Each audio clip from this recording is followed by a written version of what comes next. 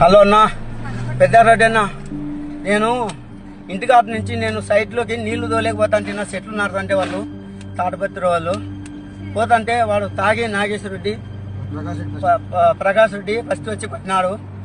నాగేశ్వర రెడ్డి వచ్చి ఈ పైన కట్టెతో కొట్టినాడు. ప్రకాష్ రెడ్డి వచ్చి మళ్ళీ తలకాయ బండ తీసుకొని వేసినాడు. వాని దగ్గర ఒకటి పైపును కొడవలు ఉండేనా. నాగేశ్వర రెడ్డి దగ్గర కొడవలు ఉండే, ప్రకాష్ రెడ్డి దగ్గర పైపు ఉండేనా. మా తమ్మునికి పడినాయి.